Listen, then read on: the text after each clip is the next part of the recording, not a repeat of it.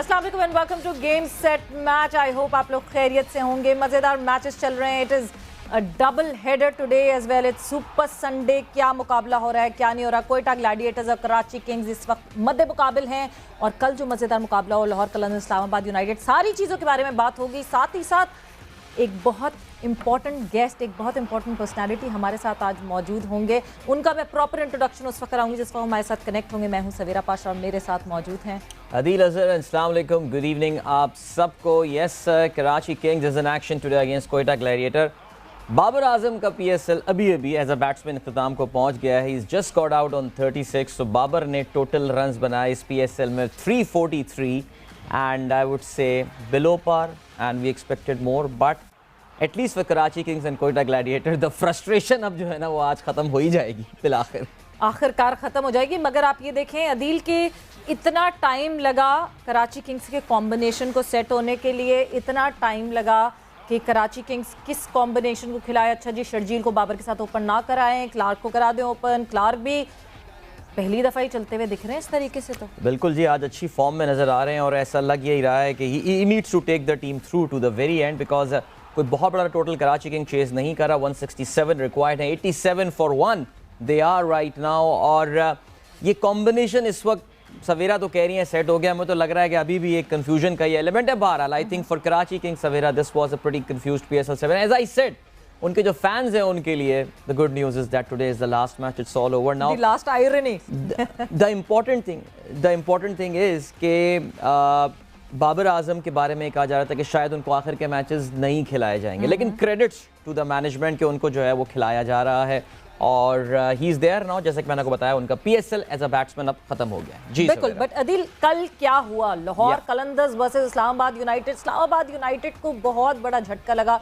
शादाब के ना होने से वो इस्लामाबाद यूनाइटेड बिल्कुल ऑफ कलर हो गई। वो कहते हैं ना, रंग जीत का लाल है। इस वक्त बिल्कुल नहीं लग रहा कि जीत का रंग जो है वो लाल है, not at all. Lahore Qalandars ने जिस तरह कल वो उस हरे रंग ने रौनक जमाई है कद्दाफी स्टेडियम में और जिस तरह कमबैक किया, इट वाज ब्रिलियंट। क्या हुआ कल के मैच में, इस पैकेज पे नजर डालते हैं और डिस्कशन को आगे बढ़ाएंगे। जी जनाब, तो क्या कमाल किया, क्या इनिंग फ़खर जमान ने शुरुआत बहुत अच्छी की जो कि लाहौर कलंदर्स के लिए बहुत इंपॉर्टेंट होती है। हैरी ब्रूक रुक नहीं पाए, रोक नहीं सका कोई, रोकने की कोशिशों में सब लगे रहे, मगर क्या परफॉर्मेंस ज़बरदस्त हुई। बॉलर्स की बात करें तो ऑलराउंड परफॉर्मेंस तकरीबन सारे बॉलर्स की तरफ से आई। और अब जब हम लाहौर कलंदर्स की बात करते हैं तो लाहौर कलंदर्स का एक बहुत इम्पॉर्टेंट मेंबर और बहुत सालों से पाकिस्तान टीम के एक बहुत इंपॉर्टेंट मेंबर आज हमारे साथ मौजूद हैं। अगर मैं इनकी तारीफ़ में एक मेजर बात कहूँ तो वो ये कि ये वो शख्सियत हैं जो कि एम्प्लॉयड रह के भी डट के डंके की चोट पे बात करते हैं विदाउट इवन थिंकिंग। इनका सिर्फ ये बिलीफ है कि अल्लाह मुझे बख्शने वाला है, अल्लाह मुझे देने वाला है, और बाकी ये ऑनेस्टली बात करते हैं। और मैं जब नाम लूँगी तो आप लोग सब अग्री करेंगे। हमारे साथ मौजूद हैं none other than Mohammad Hafeez. अस्सलाम वालेकुम Hafeez and welcome to game set match. अस्सलाम वालेकुम सवेरा, कैसे हैं आप? ठीक ठाक हैं? Thank you so much for inviting. Thank you. मैं बिल्कुल खैरियत से हूँ। आई होप आप भी खैरियत से होंगे। और सबसे पहले तो आपसे यही पूछना पड़ेगा, लाहौर कलंदर्स पीएसएल 7 यानी 6 सीज़न बाद ये 7वें सीज़न में लाहौर कलंदर्स को हुआ क्या है अचानक से एक ऐसी टीम जिसका मुझे लगता है कि आप लोग सबको भी बहुत सारे लोगों ने चिढ़ाया होगा कि यार ये क्या करती है आपकी टीम, कुछ खेलती नहीं है। फैंस को भी बहुत फैंस ने सपोर्ट किया, इवन देन बड़े डिसअपॉइंटेड रहते थे। मगर इस सीज़न में क्या कमाल हुआ है, क्या अलग हुआ बाकी सीज़न से हफीज़? मेरा ख्याल है in the last couple off season अगर आप देखें तो लाहौर के अंदर की परफॉर्मेंसेस कंसिस्टेंट हैं, बेहतर हैं। लास्ट सीजन भी हम अच्छा खेल रहे थे, लेकिन जब डिस्कनेक्ट हुआ पीएसएल पाकिस्तान से, जब अबू धाबी में दोबारा शिफ्ट हुआ तो वहाँ जाके हम लोग अपना मोमेंटम लूज कर गए और अच्छा नहीं खेल सके। लेकिन अगर आप यहाँ पे देखें तो आई थिंक इस मरतबा मैनेजमेंट ने बहुत अपनी की हुई गलतियों से सीखा। पाकिस्तान के डोमेस्टिक क्रिकेट के अच्छे प्लेयर्स को पिक किया, जिसमें मैं समझता हूँ कि अब्दुल्ला शफीक की शक्ल में एक उनके पास एक अच्छी ऑप्शन आई। कामरान गुलाम को पिक करके इन्होंने पूरा चांस उसको दे रहे हैं, that is something good. Emerging pick Zaman की शक्ल में बहुत बेहतर परफॉर्म कर रही है। और ऑब्वियसली कोर जो थी टीम की वो ऑलरेडी मौजूद थी। 20 पिक्स मेरा ख्याल है बेहतर हुई हैं, कम्बिनेशन को बेहतर बनाया है, बॉलिंग बड़ी स्ट्रॉन्ग लेके चले हैं हम लोग। तो काफ़ी चीज़ें इस मरतबा कनेक्ट हुई बहुत बेहतर तरीके का। जो इनका प्लान सेट हुआ जिसमें टीम के बनाने से लेके उसकी एग्जीक्यूशन को भी अगर हम देखें तो बेहतर तरीके से चीज़ों को ऑपरेट किया और उसके रिजल्ट्स आपके सामने हैं। जब आप बेहतर टीम सेलेक्ट करते हैं, ऑपरेट उसको अच्छा करते हैं, एग्जीक्यूशन अच्छी होती है। और मेरा ख्याल है कि एक और बहुत अच्छा जो इनकी तरफ से एक डिसीजन लिया गया शाहीन को कप्तान बनाने वाला, हाँ। वो कि वो यंग है। लोगों को काफ़ी उसके बारे में रिजर्वेशंस थी, लेकिन मेरा हमेशा से ये मानना था कि जो शख्स इंडिविजुअल लेवल के ऊपर अपनी अच्छी मैनेजमेंट कर सकता है, वर्ल्ड बीटर बन सकता है, नंबर 1 बॉलर बन सकता है, तो उसके अंदर ये कैपेसिटी होती है कि वो ये चीज़ जो है वो लीड कर सके। तो I think that also made a big impact on the performances of the team. जी, अस्सलाम वालेकुम हफीज़। मेरा अगला सवाल आपसे एक्चुअली शाहीन के बारे में ही था। आपने बिल्कुल जैसे कहते हैं you snatch it from my mouth, लेकिन नहीं, वेरी इंपॉर्टेंट पॉइंट। अच्छा हुआ आपने इस टॉपिक का आगाज़ किया, शाहीन की कप्तानी, बिकॉज हम जब ये प्रोग्राम स्टार्ट कर रहे थे तो उसमें कह रहे थे कि one thing to look forward to in this PSL 7 is कि शाहीन कैसी कैप्टनसी करते हैं। True. कुछ हमें शाहीन के कैप्टनसी के स्टाइल के बारे में बताइए। एक होता है ना कि खुद डिसीजन ले रहे होते हैं या कोऑपरेटिव होते हैं, मशवरा ले रहे होते हैं सबके साथ। हमने बड़े वेरिंग किस्म के स्टाइल्स देखे हैं कप्तानी के, बहुत अग्रेसिव से लेके बहुत ही मेलो किस्म के कप्तान। शाहीन कहाँ पे लाई करते हैं? देखें, बहुत इंपॉर्टेंट ये होता है कि आप अपनी रिस्पेक्ट अर्न करते हैं as a captain, as a leader. और Shaheen is one of those, उसने अपनी परफॉर्मेंसेस से फ्रंट के ऊपर आता है, परफॉर्म करता है, प्रेशर लेता है, प्रेशर सिचुएशन में भागता नहीं है। तो I think all these boxes है जो हैं उसकी तरफ से टिक हुए हैं। उसने ऑब्वियसली एज ए लीडर उसके लिए फर्स्ट एक्सपीरियंस था, लेकिन मुझे यकीन था, ज़ाती तौर पर मैं पहले भी इसके बारे में बयान कर चुका हूँ मुख्तलिफ अपने इंटरव्यूज़ में।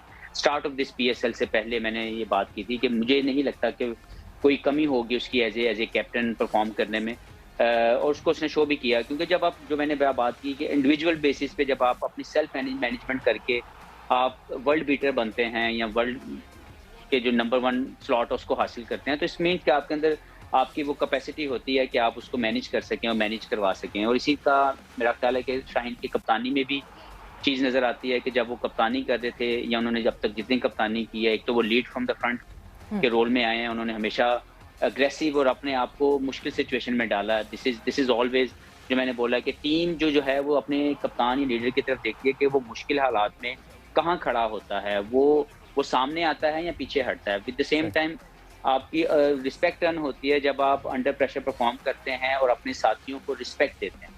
तो उसका एक ये बहुत अच्छी जो है उसके अंदर जो चीज़ है कि वो अपने साथियों को रिस्पेक्ट देता है, अपने प्लेयर्स के टैलेंट को जो कर सकता है वो उसको बैक करता है। वो कभी उससे से ज़्यादा डिमांड नहीं करता और कभी उससे कम की तवक्को नहीं रखता।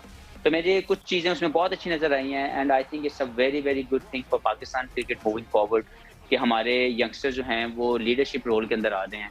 शादाब की शक्ल में भी हमारे पास एक अच्छा लीडर है। मेरा ख्याल है कि रिजवान से I am very impressed with his captaincy. उसकी जो थॉट प्रोसेस है बहुत अच्छा है। तो ओवरऑल अगर मैं देखूं कि PSL के थ्रू हमें एक लीडरशिप का जो फुकदान नज़र आ रहा था पाकिस्तान की क्रिकेट के अंदर, वो मुझे लगता है कि उसको हिट किया गया है। पाकिस्तान के जो ये लड़के जिन्होंने मज़ीद आगे 5-5, 10-15 साल ये खेल सकते हैं, उन लोगों को सामने लेके आए हैं और उनकी लीडरशिप जो है वो सामने आएगी और जितना ये खेलेंगे they will learn and I think Shaheen at the moment is doing a great job for the Lahore. बिल्कुल, आप PSL 7 की बात करते हैं। पहले मैच से अगर आप इस मैच तक देखें, आखिरी मैच तक, तो शाहीन में over the period of matches भी बहुत फ़र्क आया है, बहुत डिफरेंस आया है। पहले मैच में ज़्यादा, मतलब अब ऑब्वियसली पहला मैच था, एज अ कैप्टन थोड़े नर्वस लग रहे थे, थोड़े डिसीजंस में वेग लग रहे थे, but over the period of time जिस तरह उन्होंने इम्प्रूव किया, स्पॉट ऑन वो जिस तरह कैप्टनसी इस वक्त कर रहे हैं, हैट्स ऑफ टू हिम। और ये आपने हफीज़ एक बहुत अच्छी बात बोली कि हमारे पास ऑप्शंस ओपन हो रहे हैं फॉर डिफरेंट कैप्टन्स, बिकॉज जिस वक्त सरफराज को हटाने की बात हुई और जिस वक्त जो है बाबर आजम को कैप्टन बनाने की बात हुई, तो बड़ी एक वेगनेस थी कि क्या बाबर तैयार है कप्तान बनने के लिए या क्या लॉन्गर फॉर्मेट में किसी और को कप्तान बना देना चाहिए, डिवाइड कर देनी चाहिए कैप्टनसी। ये सारी कन्फ्यूजन्स जो इतनी सारी थी, क्योंकि आपको आगे और कोई दिख ही नहीं रहा था कि किसको कप्तान बनाए, बट अब आपको वो जो आपने 3-4 नामों के ऑप्शंस लिए हैं वो ऑप्शंस अवेलेबल दिखते हैं। एक तो हम लोग बहुत क्रिटिकल हैं। I feel really sorry for the players कि हम सम टाइम बहुत जुल्म करते हैं अपने प्लेयरों के ऊपर। तो मेरी दरख्वास्त ये होगी कि इतना जुल्म ना किया जाए। दूसरा ये है कि जो प्लेयर्स हैं वो लर्न करते हैं अपने कैरियर के अंदर। आप जिस भी कामयाब शख्स का किसी भी फील्ड में अगर आप उसको देख लें तो उसने लर्न किया और लर्न करके आगे बढ़ता था। तो हमारी स्पोर्ट के अंदर भी ये हमें ये कंसिडर करना चाहिए कि जो हमारा जो प्लेयर है वो भी गलती कर सकता है, लेकिन अगर वो गलती से सीखता और आगे जाता है तो हमें उसको टैप करना चाहिए उसके बैक के ऊपर, ताकि वो और अच्छा बने। तो मैं ये समझता हूँ कि हमारे पास इस वक्त मैं ज़ाती तौर पर बहुत खुश हूँ, और मुझे ये चीज़ पाकिस्तान की क्रिकेट में मूविंग फॉरवर्ड बड़ी रोशन नज़र आ रही है कि हमारे पास बेहतर कप्तान जो हैं वो सामने आ रहे हैं, जिनके डिफरेंट स्टाइल हैं, डिफरेंट वे ऑफ ऑपरेटिंग, उनके जो स्किल्स हैं वो सामने आ रहे हैं। तो फैसला पाकिस्तान क्रिकेट बोर्ड ने लेना है या लेगा कि उनको किस तरह का कप्तान चाहिए। मेरा ख्याल है कि ऑप्शन अब हमारे पास सामने आ रही हैं, और जितना ये लड़के कप्तान के रोल में अपने आप को टाइम देंगे उतना ज़्यादा ये सीखेंगे। तो 3-4 लोगों का अच्छा एक जो हमारे सामने जो पोल है वो रेडी हो रहा है, ताकि हम उनमें से हम उसमें जो भी हमें बेहतर लगे जिस भी फॉर्मेट में हम उसको पिक कर सकें। So I think for Pakistan cricket moving forward it's a wonderful thing. और मतलब हम क्रिटिकल हमें नहीं इस बात पे होना चाहिए, देयर इज नो पॉइंट कि मैं शायद बाबर की कैप्टनसी पे कोई क्रिटिसाइज करूँ या कुछ।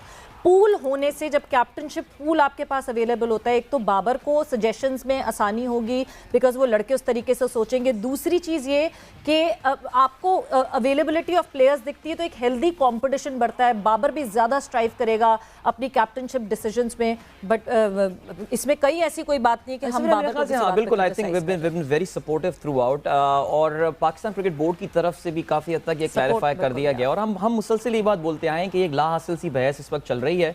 माशाल्लाह team as a Pakistan team, Hafeez आप इससे अग्री करेंगे, कॉम्बिनेशन बहुत ज़बरदस्त चल रहा है।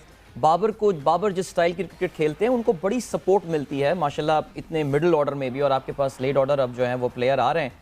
सो एक we will agree with you that it's an unwanted debate that's going on. हाँ, पड़ोस में इस वक्त डिबेट चल रही है, ये सारी चीज़ें वो सही है, it make sense and all. So by the way Sharjeel has just got out, उनका भी पीएसएल ख़त्म हो गया। 215 रन उन्होंने बनाए इस पीएसएल में। कराची किंग्स के इम्पैक्ट प्लेयर थे, they would have expected more from him. So वैसे अब मैं कराची किंग्स की परफॉर्मेंस की तो बात नहीं करता, हफीज से रहने दे। ये सवाल पूछा है कि कराची किंग्स को हुआ क्या है इस दफा, हुआ क्या है, पूछ लें, वैसे पूछ लें। नहीं, हफीज इतने सीनियर प्लेयर हैं, ज़ाहिर है पाकिस्तान 18 इयर्स इन्होंने रिप्रेजेंट किया है। Hafeez as an outsider, Karachi Kings, what went wrong with Karachi Kings this year?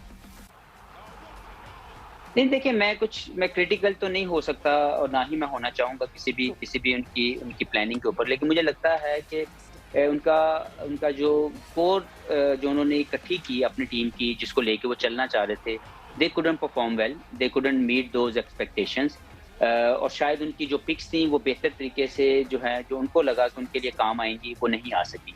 लेकिन मैं हमेशा ये समझता हूँ कि आप अपनी गलतियों से सीखते हैं, और आपके, मेरा ख्याल है कि स्टैंड अप परफॉर्मेंसेस हैं वो आपके लोकल प्लेयर्स की तरफ से आते हैं, और वो मुझे लगा कि कराची किंग की इस साल के अंदर अगर मैं देखूं तो जो बड़ी परफॉर्मेंसेस या विनिंग परफॉर्मेंसेस जो हैं वो नहीं आ सकी, उसमें लोकल प्लेयर्स की बड़ी परफॉर्मेंसेस नहीं है जो पिछले सालों में आई हैं, जिसकी वजह से उन्होंने जब वो चैंपियनशिप उन्होंने हासिल की, पीएसएल की जो चैंपियन बने, उस वक्त भी उनके अपने लोकल प्लेयर्स जो थे उन्होंने बहुत शानदार परफॉर्मेंसेस दी। तो इस सीजन में मुझे लगता है कि लोकल प्लेयर्स की परफॉर्मेंस अच्छी नहीं थी। बॉलिंग मुझे लगता है कि इस मरतबा वो जो एक स्टैंडर्ड वो जो वैरायटी होनी चाहिए, जैसे कि अगर मैं लाहौर कलंदर की बात करूं तो शाहीन हारिस की शक्ल में और जमान की इंक्लूजन जो थी, उसने बॉलिंग की फास्ट बॉलिंग जो लाइनअप उसको बड़ा स्ट्रेंथन किया, और राशिद खान जैसा जब स्पिनर आपके पास होता है तो आप उसको किसी भी मुश्किल वक्त में इस्तेमाल कर सकते हैं। तो मुझे ये लगता है कि इस मरतबा शायद मेरा अपना ख्याल है कि एक तो वजह ये मुझे नजर आती है कि local players stand up performances नहीं दे सके, और इनकी जो बॉलिंग थी उसके अंदर वो वैरायटी और वो शार्पनेस नहीं थी जो किसी भी दूसरी टीम को अंडर प्रेशर कर सकती। बिल्कुल, आप लोकल प्लेयर्स की अगर बात कर रहे हैं तो लोकल प्लेयर्स में अगर मैं फ़खर की बात करूं, Fakhar has been very important for Lahore Qalandars this season. जब फ़खर ने ऊपर से एक अच्छा स्टेबल स्टैंड दिया है तब लाहौर कलंदर्स ने अच्छा किया है। अगर मैं सारे रेशोज़ निकालूं तो जब फ़खर ने अच्छा परफॉर्म किया है लाहौर कलंदर्स जीती है। ये पाकिस्तान टीम के लिए कितनी पॉजिटिव और अच्छी बात हो जाती है, बिकॉज फ़खर जमान का इन फॉर्म होना पाकिस्तान टीम के लिए भी बहुत ज़्यादा स्ट्रेंथन करता है पाकिस्तान टीम को। ये ऑब्वियसली फ़खर ने इस सीजन में बहुत रिस्पॉन्सिबल इनिंग्स खेली हैं, एंड गुड टू सी कि फ़खर का जो प्लेयर है उसके साथ साथ उसमें रिस्पॉन्सिबिलिटी आ रही है, और वो पूरे मैच को लंबी देर तक क्रीज पे जब रहता है तो उसमें टीम को फायदा होता है। और मेरा नहीं ख्याल कि फ़खर कभी भी बुरा प्लेयर साबित हुआ है पाकिस्तान की क्रिकेट के अंदर। अनफॉर्चुनेट हुआ, मैं समझता हूँ कि उसको जिस तरीके से ड्रॉप किया गया, जिस तरह एक बंदा 50 की एवरेज से खेल रहा है, आप उसको ड्रॉप कर रहे हैं, to me it doesn't make any sense. और उसका जो प्लेयर है, उसका जो खेलने का इम्पैक्ट है, वो मेरा ख्याल है कि वो लोगों को समझ आना चाहिए कि आप थोड़े कम कंसिस्टेंट हो सकते हैं ये, but you should be more impactful player. आपकी एवरेज थोड़ी सी कम भी हो जाए चलेगा, लेकिन आप जब जब खेलें तब तब मैच जितवाएं, दैट इज मोर इम्पोर्टेंट। तो I think Fakhar is one of those जो टीम प्लेयर है, जो टीम के लिए खेलता है, जिसका इंटेंट हमेशा मैच के जीतने के लिए होता है और वो दूसरी टीम को अंडर प्रेशर करता है। तो ऐसे प्लेयरों को तो सपोर्ट करना चाहिए। मुझे लगता है कि थोड़ा अनफेयर हुआ जब फ़खर को पिछले साल के अंदर जो है ड्रॉप किया गया, लेकिन he came back with a bang in South Africa, he performed extremely well. और अभी भी अगर मैं देखूं कि he is growing as a batsman, he is dipping his standards. तो मैं समझता हूं कि इन ऐसे प्लेयरों को जो इस इंटेंट में खेले, अगर हमने पाकिस्तान की क्रिकेट को चेंज करना है, अगर हमने पाकिस्तान की क्रिकेट का वो क्राइटेरिया, वो जगह जहां पे हम सब लोग एज ए फैन देखना चाहते हैं, तो हमें ऐसे प्लेयर्स को सपोर्ट करना है जो इंटेंट के साथ खेलें, जो प्लेयर जो है वो डोमिनेट करने के स्किल्स रखता हो और उसको पूरी आज़ादी मिलनी चाहिए, ना कि उसके ऊपर तलवार लटका दें कि 2 मैच के बाद उसको बाहर, 3 मैच के बाद उसको बाहर। So it doesn't work. To me I feel like कोई भी ऐसा प्लेयर पाकिस्तान का जो इम्पैक्टफुल हो, जो डोमिनेट करने के स्किल्स रखता हो, जिसके इंटरनेशनल क्रिकेट के स्टैट्स साबित कर रहे हों कि वो पाकिस्तान के लिए मैच विनर है, उसको खिलाना चाहिए और उसके फेलियर्स को एक्सेप्ट करना चाहिए, क्योंकि उसके फेलियर जो हैं वो सेल्फिश नहीं है, उसके फेलियर टीम के लिए। 16 छक्के और 51 चौके फ़खर जो हैं वो इस PSL 7 में लगा चुके हैं। और एक जो बहुत अच्छी बात देखने में आ रही है कि जो उनकी वीकनेसेस थी, जिस पे अक्सर वो अपनी विकेट गंवाया करते थे, he has overcome those weaknesses. और ऑस्ट्रेलिया के दौरे के लिए तो ही इज़ लुकिंग माशाल्लाह ऑल सेट। सवीरा, कल के दिन का आगाज़ हमारी एक कंट्रोवर्सी के साथ हुआ था, जब एक फ़ॉरेन प्लेयर ने आके इल्ज़ामात लगाए, जो कुछ सिलसिला। लेकिन कल शाम एक और फ़ॉरेन प्लेयर जो अफ़गानिस्तान के थे, उनको क्या खूबसूरत जो है वो सेंट ऑफ कल लाहौर कलंदर्स की टीम ने दिया है। वो सो इमोशनल, सो ब्यूटीफुल। हमारे पास एक मोन्टाज है, पहले हम वो देखते हैं और फिर हफीज़ से हम राशिद खान के हवाले से जो है वो बात करेंगे। बिल्कुल जी, जिस तरह के कैरेक्टर राशिद खान लगते हैं, हफीज़ आप उनके बारे में क्या कहेंगे? जिस तरह का बॉन्ड उन्होंने शो किया कि नहीं जी, आखिरी मैच, कल का मैच भी मैं खेल कर जाऊंगा और रात की फ़्लाइट ले लूंगा, जो कनेक्टिविटी उनकी लाहौर कलंदर्स के साथ दिखती है, एज अ टीममेट आप क्या कहेंगे? मैं ज़ाती तौर पर राशिद का बहुत बड़ा फ़ैन हूँ। मैं इंटरनेशनल क्रिकेटर जितने मैंने अराउंड द वर्ल्ड देखे हैं, जो प्रोफेशनलिज्म मैंने राशिद में देखा, मैंने किसी और में वो नहीं देखा। बहुत ही डाउन टू अर्थ, बहुत हम्बल, और प्रोफेशनलिज्म उसके अंदर जो है वो बहुत ज़्यादा है। He respect this beautiful game of cricket, he work so hard, और कभी मैंने उसको मिसयूज करते हुए अपने टाइम को नहीं देखा। So I am so impressed with his work ethics towards the game of cricket. और मैं समझता हूँ कि इसीलिए ने पूरी दुनिया को इंस्पायर किया है कि वो जहाँ जहाँ पे भी क्रिकेट खेलते हैं या जब से खेलना शुरू किया है, उनका ग्राफ अपवर्ड्स है, क्योंकि उन्होंने अपने स्किल्स को लेके कभी अपने आप को मोस्ट टैलेंटेड नहीं समझा। उन्होंने हमेशा जो है अपने इस खूबसूरत गेम के साथ, ऑनेस्टी के साथ अपनी मेहनत की है। और मैं ज़ाती तौर पर समझता हूँ कि ऐसे प्लेयर का टीम में होना एक बहुत बड़ा पॉजिटिव इम्पैक्ट होता है, क्योंकि उसकी एनर्जी, उसकी डिटर्मिनेशन, उसके प्रोफेशनल वर्क एथिक्स को देख के यंगस्टर बहुत ज़्यादा सीखते हैं। और पिछले 2 सालों में जब से राशिद हमारी टीम में, लाहौर के अंदर की टीम में आए, उन्होंने ही एडिड सो मच वैल्यू। और मैं ज़ाती तौर पर मैं समझता हूँ कि जो मैंने बात की कि मैं उनके वर्क एथिक्स का फ़ैन हूँ, और मैं आई एम रियली इम्प्रेस्ड। और मैं समझता हूँ कि उनका ये जो ग्राफ है ये ऊपर से ऊपर ही जाएगा, क्योंकि जिस तरह वो इस गेम के साथ ऑनेस्ट हैं और जितनी वो मेहनत करते हैं, कोई चीज़ नहीं पीछे छोड़ते अपने काम के अंदर। तो it shows like why he is number 1 and why everyone respect him as a professional. Absolutely. और लाहौर कलंदर्स डेफिनेटली उनकी सर्विसेज को मिस करेगा, स्पेशली जैसे जैसे टूर्नामेंट आगे बढ़ा है राशिद में भी। और बहुत इंपॉर्टेंट हो गया है because Lahore Qalandars, Hafeez, they are looking very good. एक तो क्राउड माशाल्लाह, जब से टूर्नामेंट लाहौर गया है, अटेंडेंस हुई है। लाहौर चले कराची से हार गया, but it was an entertaining match and all. So chances क्या लग रहे हैं? पहली बार वो कुफर टूटता हुआ नजर आ रहा है। लाहौर कलंदर्स सारी फ्रेंचाइज जीत चुकी हैं एक बार अपने होम ग्राउंड में। हमें सोच के कराची में बैठ के बड़ी एक्साइटमेंट हो रही है इसकी सो इस वक्त टीम में कितना स्पिरिट है इस चीज़ के हवाले से, कितनी डिटर्मिनेशन है कि PSL 7 लाहौर कलंदर्स का हुआ? जी ऑब्वियसली हमारा जब ये टूर्नामेंट स्टार्ट हुआ था, इवन पिछले साल हमारी फीलिंग्स बड़ी स्ट्रॉन्ग थी कि we will do well in this tournament and we gonna win the tournament, but unfortunately we couldn't continue the momentum. इस साल को लेके हमने स्टार्ट अच्छा किया है और अभी तक हम बहुत अच्छी क्रिकेट खेल रहे हैं। बेहतर कॉम्बिनेशन और परफॉर्मेंसेज एक या दो प्लेयर्स की नहीं है, एक कलेक्टिव एफर्ट है जिसमें जैसे आप फकर की बात करें तो अब्दुल्ला शफीक, कामरान गुलाम, इनकी कंट्रीब्यूशन बड़ी स्ट्रॉन्ग है। कल के मैच में अगर देखें तो हैरी ब्रूक्स ने जो अपना टैलेंट हमें दिखाया, आई एम सो इम्प्रेस्ड कि at the age of 22-23 he played an innings जो आप बड़ी मेच्योरिटी उसमें नजर आई। उसने कोई स्लॉग नहीं किया, बहुत शानदार, बहुत ही मजेदार किस्म की इनिंग्स उन्होंने कल खेली। तो it shows that every boxes at this stage हमारे वो टिक हो रहे हैं, परफॉर्मेंसेस डिफरेंट प्लेयर्स के सामने आ रहे हैं। बॉलिंग यूनिट हमारा बड़ा स्ट्रॉन्ग है, बट ठीक है राशिद के जाने से फर्क पड़ेगा, लेकिन वो स्टिल है Fawad Ahmed in the shape of as a leg spinner. मुझे लगता है कि वो राशिद खान की कमी तो नहीं पूरी कर सकते, लेकिन he will add the value in the team. और मुझे लगता है कि इस वक्त मोमेंटम हमारे साथ है। दूसरे अगर मैं टीम देखूं तो Multan Sultan obviously they playing very good cricket, लेकिन I believe as a team के हमारी टीम के मोमेंटम और हमारी टीम के जो परफॉर्मेंसेज हैं वो डिफरेंट प्लेयर्स के थ्रू आ रही हैं। That is a good sign कि हमारी टीम जो है वो अगले राउंड में जाके अच्छा खेली। अच्छा, हैरी ब्रूक का जिक्र किया, हफीज़ को भी हम बताते चलें, Harry Brook will be celebrating his 23rd birthday day after tomorrow. So I am pretty sure कि उनकी जो परफॉर्मेंस रही है लाहौर कलंदर्स वाले जो हैं वो जबरदस्त तरीके, ओहो वो जो पाकिस्तानी स्टाइल हम बर्थडे केक काटते हैं ना, कुछ मुंह पे मलने वाला अभी अजहर अली की शायद बर्थडे थी कल, तो वो देखा था फवाद आलम ने कोई छोड़ा नहीं उनके चेहरे का इस तरह जहाँ पे ना मिला जाए। अच्छा, हैरी ब्रूक वैसे पाकिस्तान PSL जितनी मदद पाकिस्तान क्रिकेट की कर रहा है तो वो कर रहा है, इंग्लैंड की बड़ी मदद होती है, बिकॉज हैरी ब्रूक इससे पहले he has not played in any other than England. उन्होंने मीडिया दोनों को कल अप्रिसिएशन ट्वीट मिली इंग्लिश कैप्टन की तरफ से भी, वो मॉर्गन ने कहा, यस मॉर्गन की तरफ से। एंड इसका मतलब ये कि हम सिर्फ अपने डोमेस्टिक को नहीं मदद कर रहे, हम इंग्लिश डोमेस्टिक को भी काफ़ी मदद कर रहे हैं। तो जिस तरह का प्लेटफॉर्म यहाँ पे उनको मिल रहा है वो तो सही है।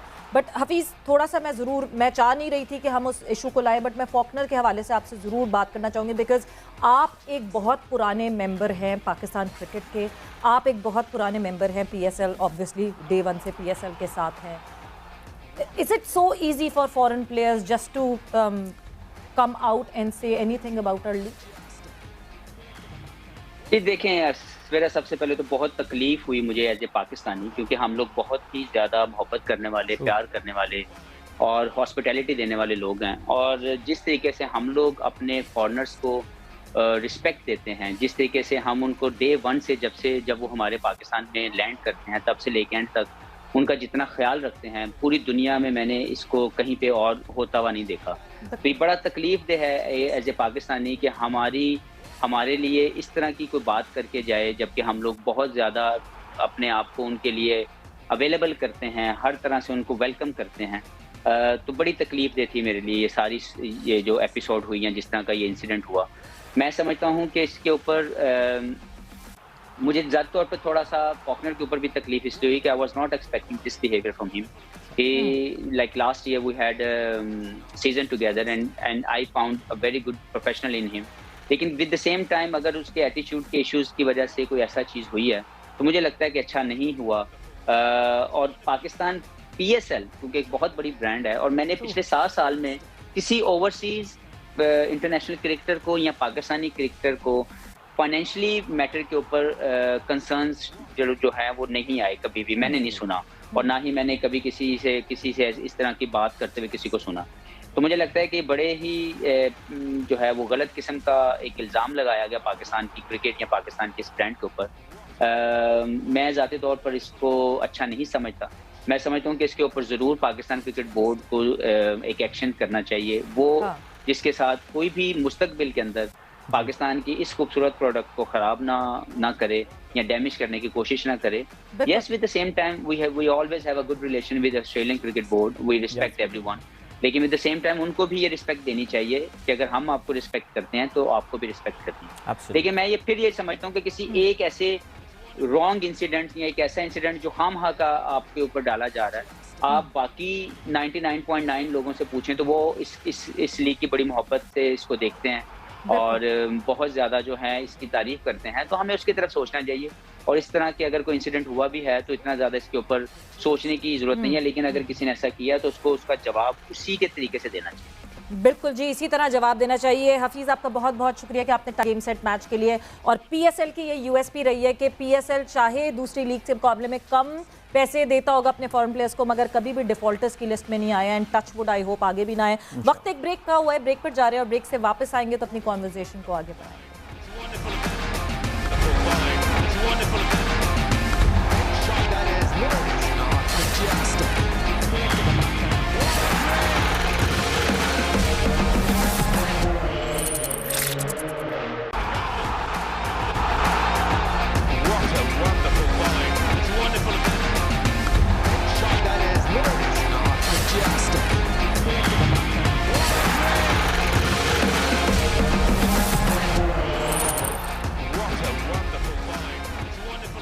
गेम सेट मैच में एक दफ़ा फिर से खुश आमदीद। बहुत मज़ेदार हमारी डिस्कशन हुई। मोहम्मद हफीज़ हमारे साथ मौजूद थे, बट अदील, उस डिस्कशन में हम इतना इन्वॉल्व हुए कि हमारी नज़र नहीं गई Quetta Gladiators and Karachi Kings. मतलब कराची किंग्स ये भी नहीं जीतता हुआ दिखता। मैं बड़ा हैरान हूँ। अभी जब इंटरव्यू चल रहा था और हम देख रहे थे, शर्जील जब आउट हुए, हम आपको अपडेट भी कर रहे थे, we were all like Karachi is cruising towards a victory now, but now they need 30 off 9। और बस ये वो टीम है जो कि एक ओवर में 8 रन नहीं बना सकी थी, तो 30 off 9 is like Imad is there. वो भी कर अभी 2-3 दिन से तो मिडल कर रहे हैं, अभी एक छक्का भी उन्होंने मारा है। लेकिन प्रॉब्लम बस ये है कि I mean this is the end of the agony, I would से, for the Karachi Kings fan. What a forgettable tournament. और मेरा ये ख्याल है कि आई थिंक बोथ दीज टीम्स जो इस वक्त खेल रही हैं, Quetta Gladiators and Karachi Kings, ये वो टीमें होती हैं जो जनरली पीएसएल ख़त्म होने के बाद सो जाती हैं और पीएसएल के आने से कोई 1 महीना पहले जागती हैं। I think both these team need to rediscover themselves. अपनी कोर को इनको ब्रेक करना पड़ेगा। This core is not working out. Quetta की बात करें, maybe changing the captain and all, और वो जो एक उन्होंने एक बॉन्डिंग कैप्टन के साथ की है, this is not working out. 3 season हो गए, वेरी पुअर परफॉर्मेंस। और जहाँ तक कराची का ताल्लुक है, इनके पूरे थिंक टैंक को सवेरा, it has got to change. हम जिससे बात कर रहे हैं हर कोई यही बोलता है कि जी you pick the wrong players, और डेप्थ नहीं थी। जहां आपके मेन प्लेयर ने परफॉर्म करना शुरू किया, आपके पास बैकअप नहीं था। I think both the teams, as I said, उनको अपने आप को रीडिस्कवर, अपने आप को रीबिल्ड करना पड़ेगा, अदरवाइज ऐसे ही रिजल्ट्स आते रहेंगे। अदिल, बहुत सारे लोगों ने, जो बहुत सारे प्लेयर्स जो कि कराची किंग्स छोड़ के दूसरी टीम्स में गए हैं, वो भी गेम सेट मैच पे आए, बहुत सारे लोगों ने कहीं ना कहीं हिंट ज़रूर दी ड्रेसिंग रूम के माहौल को भी बेहतर करना पड़ेगा, विच मीन्स के इन्वॉल्वमेंट, जब एक नॉन क्रिकेटर की इन्वॉल्वमेंट हो डिसीजन मेकिंग में, तब इस तरह का एक एनवायरनमेंट बनता है जहाँ जो है रिजर्वेशन शुरू हो जाती हैं। फिर लोग कहते हैं भाई जो करना है करो, हमारी मर्जी, हम आएंगे, खेलेंगे, खेल के चले जाएंगे। ओनरशिप की जहाँ बात करते हैं, हमने राशिद खान की अभी बात की मोहम्मद हफीज़ से। Rashid Khan being a foreign player, जिस तरह आके उन्होंने अटैचमेंट शो की लाहौर कलंदर्स से, वो अटैचमेंट इनके फॉरेन प्लेयर्स की भी नहीं दिखती है, तो इनके लोकल प्लेयर्स की भी वो एब्सोल्युटली एक डिसजॉइंटेड सा एक बड़ा यूनिट सा कराची किंग्स को अगर आप देखें। कोयटा में तो फिर भी नदीम उमर साहब और उनके प्लेयर्स के साथ वहाँ बिल्कुल डिफरेंट, मेरे ख्याल से वो ओवर पेरेंटल उनका जो है ना वो आउटलुक है चीज़ों के हवाले से। बट जहाँ हम कराची किंग्स की बात करते हैं, लाला ने अपने प्रोग्राम में बड़ी इंटरेस्टिंग, एक तरफ आप प्रोग्राम वो देख सकते हैं, हमारी उस पर बात हुई थी, and I think he highlighted a very important point. Priority आपकी क्रिकेट होनी चाहिए, आपको ये चीज़ जीतनी है। आप देखिए एक ज़माने में राना फवाद राना कितने एक्टिव थे, यानी वो अपनी फ्रेंचाइज से ज़्यादा लोग जो है वो राना साहब को दिखा रहे होते थे, स्टार ऑफ पीएसएल, एब्सोल्युटली। लेकिन किस तरह उन्होंने अपने आप को कट ऑफ कर लिया है, you can't even see that. और उनके भाई जो अब टीम मैनेज कर रहे हैं, you hardly see them moving around and all. Focus is on the cricket. Aqib Javed is the main man. कितने लोगों ने डाउट किया आकिब जावेद को कि यार ये क्या कर रहे हैं, इसको हटा, लेकिन now see the unit that he has created now. I think Karachi Kings को भी कुछ, मैं बार बार ये बात बोल रहा हूँ ना, रेडिकली अपने आप को रीडिजाइन करना पड़ेगा। एक स्ट्रॉन्ग मैन को लाके टीम चलाने को दें, and please stay away from the everyday. और ये स्टार पावर एंड ऑल और ये नाच गाना और ये, इससे मैचेस नहीं जीते जाते। I hope they understand. Yes, और क्रिकेट पे ज्यादा फोकस करें, अपनी किट को जनरल स्टोर बनाना बंद कर दें और उस पे ज्यादा फोकस किया जाए। बट अगला मैच जो खेला जाएगा, that is Multan Sultan versus Islamabad United. And Islamabad United की जब मैं बात करती हूँ अदिल, ऑफ कलर हुई हुई इस्लामाबाद यूनाइटेड, आपको लगता है गेज कर सकेगी वापस? नहीं, बहुत मुश्किल हो गया इस्लामाबाद यूनाइटेड के लिए seriously. I think even though हमारे दोस्त की फाख्ता ने कुछ ये बताया है कि कोई उनके 2 प्लेयर्स वापस आने वाले हैं, 2 फॉरेन प्लेयर्स इनके वापस आने वाले हैं। हेड टू हेड अगर आप देखें तो Islamabad has got the edge 5-3 5-5 बराबर है, लेकिन याद रहे मोमेंटम इस वक्त मुल्तान के साथ है। They look the side to beat in this PSL। Islamabad United injuries भी हैं, फॉरेन प्लेयर्स जो हैं वो चले गए हैं, but good news for them is that बाकी दो टीमों की वीकनेस की वजह से ये प्लेऑफ के लिए क्वालिफाई करने को कामयाब हो गए हैं। सो दे हैव अ चांस। और अगर बाहर से रीइंफोर्समेंट्स आ जाती हैं उनकी बैटिंग को मजबूत करने के लिए, I think this would be a great break for them, because दो उनके मेन बैटर्स जो हैं ओपनर वो चले गए थे, हेल्स एंड स्टर्लिंग। और अभी खबरें कुछ ऐसी हैं, शायद अदील हमें कादिर ख्वाजा ने ये बात इन्फॉर्म की थी कि शायद वो वापस आ रहे हैं Alex Hales and Sterling. So knockouts में बड़ा इनको फायदा होगा कि नॉकआउट्स में जो है ये इनके प्लेयर्स साथ होंगे, बिकॉज एकदम से हिल गई है पूरी टीम। और नॉकआउट्स में आपको आज के मैच में मोस्ट प्रॉब्ली शादाब नहीं आपको खेलते हुए दिखेंगे, नॉकआउट्स में शादाब खान की भी वापसी दिखेगी, which is very important for Islamabad United. तो आज की आपसे प्रेडिक्शन लेने की मुल्तान मैंने कल आराम से बोल दिया था लाहौर जीतेगा, आज मुल्तान जीतेगा। मुल्तान, क्या बात है, बिल्कुल मुल्तान सुल्तान करें मैच क्रूजिंग और जिस तरह मुल्तान सुल्तान खेल रहा है। सो बस यहाँ पे जो है हम भी इस गेम सेट मैच को रोकते हैं, ब्रेक लगाते हैं, हम भी मैच देखते जाके, आप लोग भी मैच देख के एंजॉय करें एंड अपना ख्याल रखें। टेक केयर, बाय बाय, अल्लाह।